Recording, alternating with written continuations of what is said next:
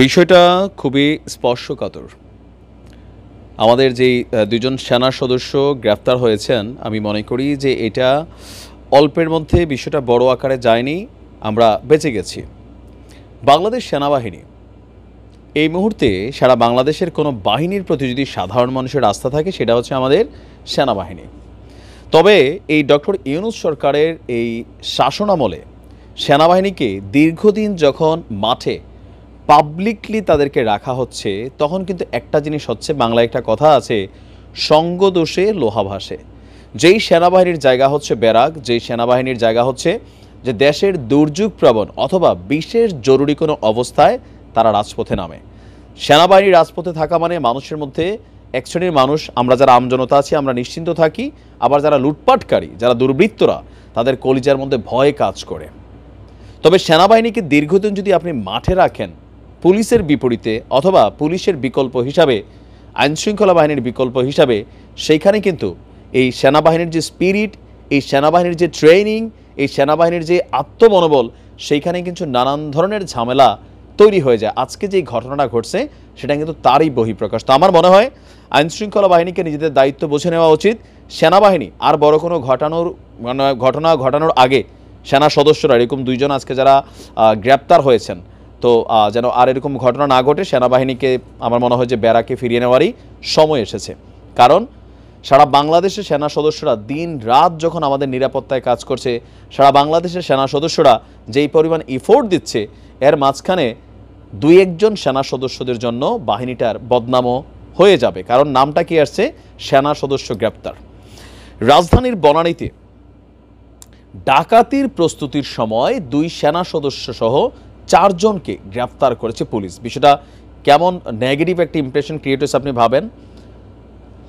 Police বলছে গত রাতে, মানে মঙ্গলবার রাতে, মগবাজার এলাকায় ডাকাতির জন্য একটি দল বনানীতে প্রস্তুতি নিচ্ছিল যে তারা বনানী থেকে গিয়ে আপনার মগবাজারে ডাকাতি করবে।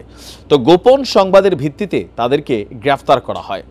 বনানী থানার ভারপ্রাপ্ত কর্মকর্তা ওসি রাসেল সারোয়ার বলছেন, 17 নম্বর সড়কের স্টার কাবাবের সামনে তারা ডাকাতির প্রস্তুতি নিচ্ছিল।